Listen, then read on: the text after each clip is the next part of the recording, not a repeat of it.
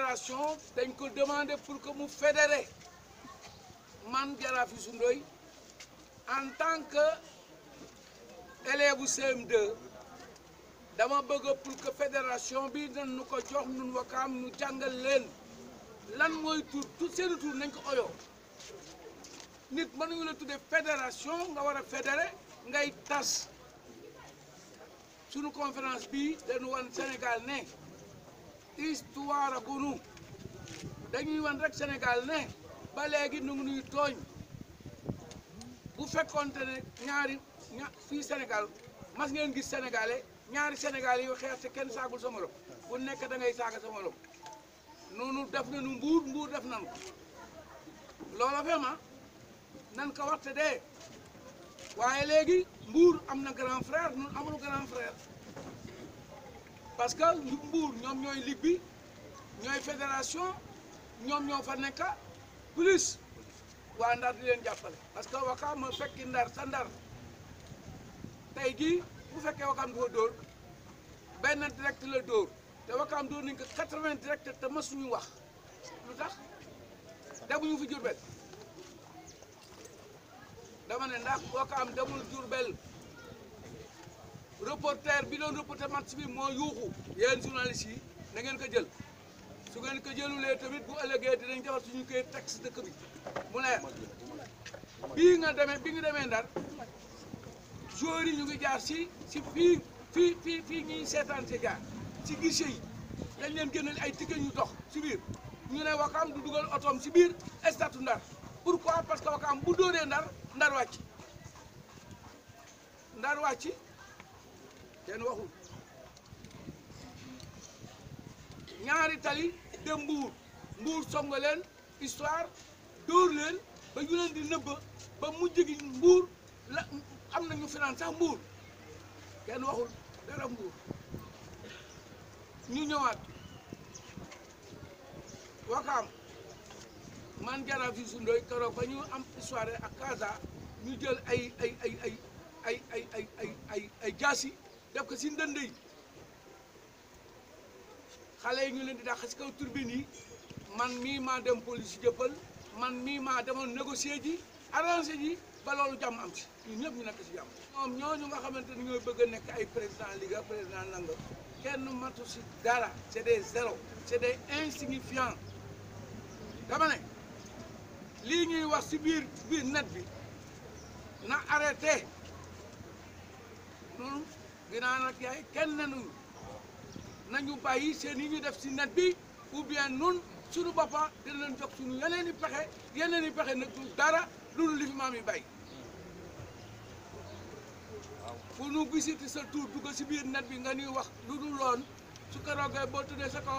kaw lal yaa ko yóbbee sa boppa lu leer laa wax ana policier yi enquête bii ñuy coow nii gendarmerie moo ko doon yor parce que kenn mënu nekk juge et partie masul am waxuñu ma ne man Jaraaf Youssou Ndoye mën naa ko problème bu amee départ si loxoy police dañ war a teg police bi dem jëli gendarmerie mu def enquête mais nga nekk juge et partie man ku ma ne atteel Jaraaf atteel sa doom ak benn pël Fuuta ku may attee nan lay attee damay doon dinaa fexe dëgg attee jël sama doom laxa jël pël Fuuta ba jël mbalit nëpp ko bëgg mooy dëgg lan moo waral lu ñaaw si réew mi bu ñu taal réew mi kenn ku nekk am nga doom ku yor doom buñ ko laalee nga mer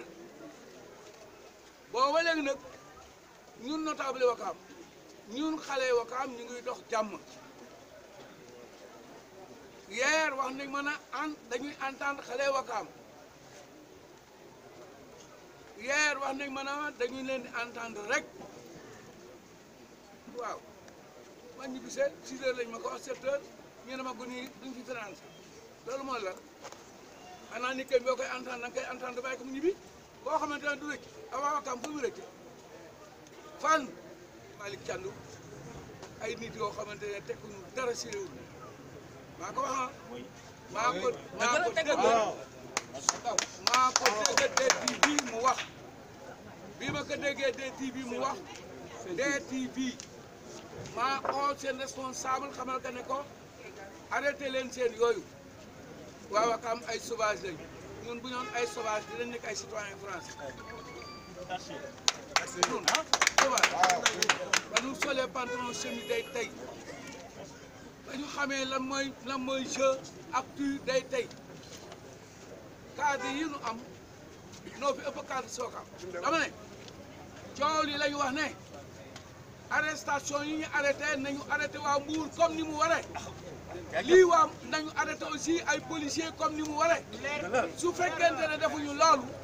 ñun Ouakam danañu taxaw pour que nii Mbour waxoon état ne su fekkente ne waa Ouakam sanctionné wul ñu leen dañu dem vote sanction waaye 2019 soriwul 600 et quelques jours plus 600 et quelques jours 1000 et quelques te manqué na lébu yi laa wax kenn ku nekk daf leen teg bët réew nag du fonctionner noonu loolu moo taal Côte d'Ivoire moo taal fépp nanu def attention si réew mi ni ñu koy doxale nañ si def attention ñii ngànk réew mi nañu waxtaan bu fekkee dëkk dafa am problème ak dëkk nañ dem waxtaanee dëkk ba bañ kaa atte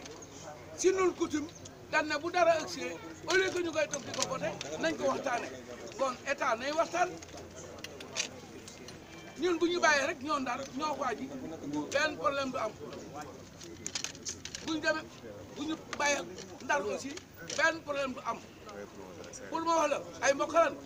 xam nañu droit de xam nañ li ñu war a def bu ñu war a porter plainte xam nañ la ku wax bu ñaaw xam nañ la YouTube bi li si nekk xam nañ lan la te ay juriste la ñu am fii si dëkk bi dul génn xaaj su dul loolu Ngor am na juriste Yoff am na juriste Mbao am na juriste Tëngéej am na juriste dañ ko bëgg jël affaire région warul demee noonu ñun nag danañ leen déglu su fekkente ne lii ñu bëgg muy jàmm waxuñu ko danañ porter plainte képp ku si dugg man Jaraaf Youssou Ndoye dinaa la porter plainte te maa ngi koy jëkke si président Mbour ak seen gaa yooyu ak ñeneen jàmm nag yomb naa am su fekkee bëgg ngeen su ngeen ko bëggulee acca bisimilah man naa xante histoire la gën a gaaw